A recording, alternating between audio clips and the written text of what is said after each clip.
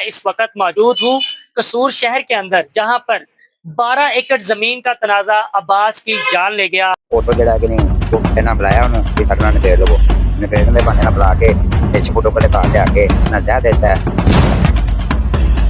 12 एकड़ जमीन का तनाजा अब्बास की जान ले गया। ਤੇ ਮਾਲਮ ਲੈ ਮਾਲਮ ਵੀ ਉਹਨਾਂ ਦੀ ਥਾਂ ਹੈਗੀ ਉੱਥੇ ਲਿਆ ਕੇ ਤੇ ਮੁੰਡਾ ਉਹਨਾਂ ਰਾਤ ਮਾਰ ਦਿੱਤਾ। खैर सर बुलाया पुलिस ने मिसाल भी दे दो ना उन्हें बंदे पेश करो, बंदा पूरी पेश करो। ਉਹਨਾਂ ਆਣ ਕੇ ਪੁੱਛਿਆ ਹੈ ਉੱਥੇ ਕੋਈ ਬੰਦਾ ਇਹਨਾਂ ਦਾ ਨਹੀਂ ਹੈਗਾ, ਤੇ ਸਬਦਰ ਹੈਗਾ ਸੀ, ਉਹਨੂੰ ਫੜ ਕੇ ਲੈ ਗਏ, ਉਹਨੂੰ ਵੀ ਛੱਡ ਦਿੱਤਾ। वक्त मौजूद हूँ कसूर शहर के अंदर, जहाँ पर 12 एकड़ जमीन का तनाजा अब्बास की जान ले गया। मेरे साथ इस वक्त अब्बास के अहले खाना मौजूद हैं, उनसे बात करते हैं कि अब्बास को किसने कत्ल किया, किस तरह ये वाकया पेश आया और आगे ये डीपीओ कसूर ईसा सुखेरा से क्या अपील करते हैं। बाबा जी की कहोगे तुसी ਤੁਹਾਡੇ ਬੱਚੇ ਨੂੰ ਕਿੰਨੇ ਕਤਲ ਕੀਤਾ ਹੈ? ਜੇ ਉਹਨੇ ਡੋਗਰਾ ਨੇ ਨਾਮ ਕੀ ਨੇ ਉਹਨਾਂ ਡੋਗਰਾਂ ਦੇ? ਅਕਬਰ ਸਬਦਰ, ਇੱਧਰ ਨੂੰ ਵੇਖ ਕੇ ਗੱਲ। ਅਕਬਰ ਸਬਦਰ ਕੀ ਕੀਤਾ ਉਹਨਾਂ ਨੇ, ਕਿਉਂ ਕਤਲ ਕੀਤਾ ਤੁਹਾਡੇ ਬੱਚੇ? ਦਾ ਸਾਡਾ ਜਨਾਬ ਜ਼ਮੀਨ ਦਾ ਤਰਾਜ਼ਾ ਸੀ, ਮੁੰਡਾ ਗਿਆ ਉਹਨਾਂ ਨੂੰ ਆਖਣ ਵੀ ਸਾਡੀ ਜ਼ਮੀਨ ਛੱਡ ਦਿਓ। ਉਹਨਾਂ ਨੇ ਉਹਨੂੰ ਮੁੰਡੇ ਨੂੰ ਬਚਾ ਲਿਆ, ਬਚਾ ਤੇ ਉੱਥੋਂ ਲੈ ਆਏ ਨੇ ਪਿੰਡੋਂ ਬੁਲਾ ਕੇ ਘਰੋਂ ਤੇ ਮਾਲਮ ਲੈ ਆਏ ਨੇ, ਮਾਲਮ ਵੀ ਉਹਨਾਂ ਦੀ ਥਾਂ ਹੈਗੀ ਉੱਥੇ ਲਿਆ ਕੇ ਤੇ ਮੁੰਡਾ ਉਹਨਾਂ ਰਾਤ ਮਾਰ ਦਿੱਤਾ। ਇਹ ਮਾਲਮ फोटो जरा कि नहीं वो कहना बुलाया उन्होंने कि सटना निबेड़ लो, निबेड़ने के बहाने बुला के इस फोटो को लेकर आके ना जह देता है। ਉਹਨਾਂ ਦਾ ਆਪਣਾ ਘਰ ਸੀ, ਕਿੰਦਾ ਘਰ ਸੀ ਮਾਲਮ? ਉਹਨਾਂ ਨਾਲ ਆਪਦਾ ਹੀ ਕਰ ਉੱਥੇ ਰਿਹਾਇਸ਼ ਕਿੰਦੀ ਸੀ? ਉਹ ਉੱਥੇ ਸਬਦਰ ਦੀ ਰਿਹਾਇਸ਼ ਉੱਥੇ। ਤੇ ਤੁਸੀਂ ਪੋਸਟਮਾਰਟਮ ਕਰਵਾਇਆ ਹੈ, ਪੋਸਟਮਾਰਟਮ ਦੇ ਵਿੱਚ ਕੀ ਉਹਨਾਂ ਨੇ ਕਿਹਾ ਹੈ? ਕੋਰਟ ਮਾਸਮ ਵੀ ਉਹਨਾਂ ਕਿਹਾ ਹੈ ਵੀ ਰਿਪੋਰਟ ਆਵੇਗੀ 8 ਦਿਨਾਂ ਨੂੰ ਆਵੇ, ਉਹਦੇ ਮੁਤਾਬਕ ਕਾਰਵਾਈ ਹੋਵੇਗੀ। ਤੁਸੀਂ ਡੀਪੀਓ ਕਸੂਰ ਨੂੰ ਕੀ ਅਪੀਲ ਕਰੋਗੇ? ਅਪੀਲ ਕਰਨਾ ਸਾਡੇ ਡੀਪੀ ਅੱਗੇ ਫਰਿਆਦ ਹੈ ਵੀ ਸਾਨੂੰ ਇਨਸਾਫ ਮਿਲਣਾ ਚਾਹੀਦਾ, ਸਾਡਾ ਜਵਾਨ ਬੱਚਾ ਉਹਨਾਂ ਮਾਰ ਦਿੱਤਾ ਹੈ। ਤੇ ਤੁਹਾਡੀ ਕਿੰਨੇ ਏਕੜ ਜ਼ਮੀਨ ਤੇ ਇਹਨਾਂ ਕਬਜ਼ਾ ਕੀਤਾ ਹੈ ਤੇ ਜ਼ਮੀਨ ਕਿੱਥੇ ਆ? ਜ਼ਮੀਨ ਦੇ ਪਿੱਛੇ ਪਿੰਡ ਹੈ, ਕਿੰਨੇ ਏਕੜ ਸੀ? ਕਿੰਨੇ 4-5 ਏਕੜ ਤੇ ਉਹਨਾਂ ਦਾ ਕਬਜ਼ਾ ਹੈ, ਦੂਜੀ ਪੈਲੀ ਪੈਨੇ ਦਾ। मेरे साथ यहाँ पे और भी अजीजों अकारब मौजूद हैं, उनसे बात करते हैं कि वो क्या कहते हैं। बाबा जी क्या कि आप इनके साथ एक ज्यादती हुई है, वो उसको आप किस नज़र से देखते हैं कि आगे कौन इस पर नोटिस ले? ਇਹ ਡੀਪੀ ਹੁੰਦਾ ਹੈ ਅਕਬਰ, ਉਹਨਾਂ ਨਾਲ ਅਬਦੁਲ। अच्छा जी, हमारे साथ और भी अहलो अयाल मौजूद है। बाबा जी की कहोगे? ਅਜੇ ਤੱਕ ਮੈਂ ਜਾਤੀ ਹੋਈ ਪੁੱਛਿਆ ਹੈ ਉੱਥੇ ਕੋਈ ਬੰਦਾ ਇਹਨਾਂ ਦਾ ਨਹੀਂ ਹੈਗਾ, ਤੇ ਸਬਦਰ ਹੈਗਾ ਸੀ, ਉਹਨੂੰ ਫੜ ਕੇ ਲੈ ਗਏ, ਉਹਨੂੰ ਵੀ ਛੱਡ ਦਿੱਤਾ।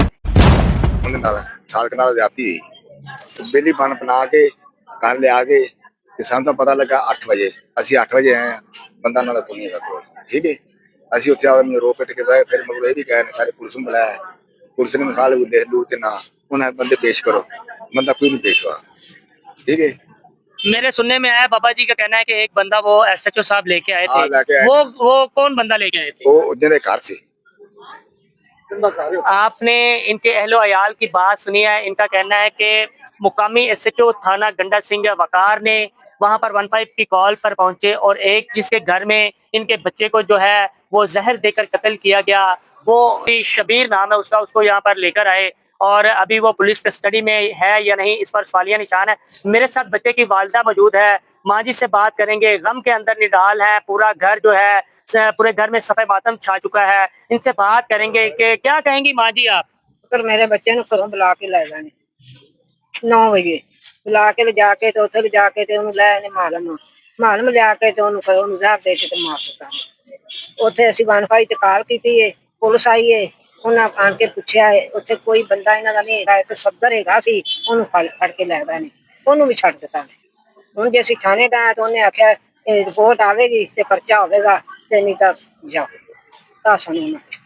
मेरे साथ है उसका भाई भी मौजूद है, उससे भी बात करेंगे। क्या कहेंगे आप? जनाब मेरे भाई के साथ जाती हुई है डीपीओ की हमारी ये दरख्वास्त है कि हमें इंसाफ मिले, और एसएचओ से हमें 15 पे कॉल की थी, वो गए थे और एक आदमी पकड़ा है, पकड़ के लेके आए और रास्ते में उसको छोड़ दिया। अभी एसएचओ से बात हुई है तो वो कह रहे हैं पोस्टमार्टम रिपोर्ट आएगी तो फिर पता चलेगा। बराए मेहरबानी हमें इंसाफ मिलना चाहिए। अब कैसे वाकया पेश आया, अब्बास को कैसे कत्ल किया गया? ये शाम ਨੂੰ ਕਿ ਉਹਨਾਂ ਨਾਲ ਗੱਡੀ ਤੇ ਗਏ ਨੇ ਤਕਰੀਬਨ 6:30-7 ਵਜੇ ਦਰਮਿਆਨ, ਤੇ ਉੱਥੇ ਬੁਲਾ ਕੇ ਲਿਆਏ ਨੇ ਠੀਕ ਹੈ, ਇਹਨਾਂ ਸਾਡੀ ਜ਼ਮੀਨ ਤੇ ਕਬਜ਼ਾ ਕੀਤਾ ਸੀ। ਉਸ ਤੋਂ ਬਾਅਦ ਅਸੀਂ ਉਹ ਗਿਆ ਇਹਨਾਂ ਕੋਲ ਕਿ ਕਬਜ਼ਾ ਛੱਡ ਦਿਓ। ਉਹਨੇ 12.5 ਕਿੱਲੇ ਜ਼ਮੀਨ ਹੈ, ਇਹਦੇ ਵਿੱਚ 5-6 ਕਿੱਲੇ ਨਾਲ ਥੱਲੇ 5-6 ਕਿੱਲੇ ਨਾਲ ਛੱਡ ਦਿੱਤੀ ਤੇ ਉਹਨੂੰ ਲਿਆ ਕੇ ਇਹਨਾਂ ਖਵਾਇਆ ਪਿਆ ਕੁਛ, ਯਾਨੀ ਕਿ ਇਹਨਾਂ ਖਾਣੇ ਦੇ ਵਿੱਚ ਉਹਨੂੰ ਜ਼ਹਿਰ ਦੇ ਤੇ ਇਹਨਾਂ ਕਤਲ ਕਰਦਾ। ਸਾਡੇ ਨਾਲ ਬੜੀ ਚਾਸੀ ਕੀਤੀ। ਦੀਪੇ ਸਾਹਿਬ ਕਸੂਰ ਸਾਡੀ ਪੀਰ ਹੈ ਤੇ ਸਾਨੂੰ ਇਨਸਾਫ ਦਿੱਤਾ ਜੀ। आपने इन बूढ़े वालिदैन की एक भाई की फरियाद सुनी है। इनके घर के अंदर सफ़े मातम इस वक्त छाया हुआ है। जिसका जवान बेटा दुनिया से चला जाए उस पर क्या बीतती होगी। जिसने इनका सहारा बनना था उस सहारे को ही छीन लिया गया है। कैमरामैन से दरख्वास्त करूंगा कि उसका घर दिखाया जाए। उनके घर की हालतें ज़ार थी ये, और यहाँ पर जो है अहले इलाका के लोग अजीज़ व कारब आए हैं इनसे ताज़ियत के लिए। लेकिन बात करते हैं दूसरी तरफ अब्बास की, तो अब्बास का पोस्टमार्टम हो चुका है। पोस्टमार्टम की रिपोर्ट आने के बाद ही पता चलेगा कि उसके साथ क्या वाकया पेश आया।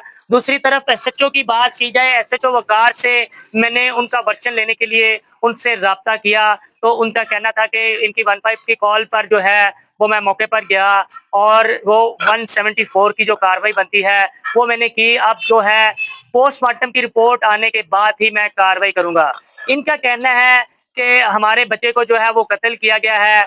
जो दूसरे लोग हैं वो बाअसर हैं, वो पुलिस के साथ मिलकर हमें जो है इंसाफ मिलता नजर नहीं आ रहा। इनकी डीपीओ कसूर से वज़ीर आला पंजाब मरियम नवाज शरीफ से और वज़ीर आज़म पाकिस्तान मियां मोहम्मद शहबाज शरीफ से ये अपील है कि इनको जो है वो इंसाफ फराहम किया जाए। एक बच्चा जवान था जो इस दुनिया से चला गया, अगर उसको इंसाफ नहीं मिलेगा तो मेरे और इसके अलावा पूरी दुनिया के उन लोगों के लिए एक लम्हा फिक्रिया होगा जो पढ़े लिखे हैं और जो इंसाफ के तकाज़ों पर बैठे हैं। इंसाफ होता नजर ना आया तो इस बूढ़े वालिद का कहना है, इस बूढ़ी वालिदा का कहना है कि हम किसकी राह देखेंगे। बहुत शुक्रिया।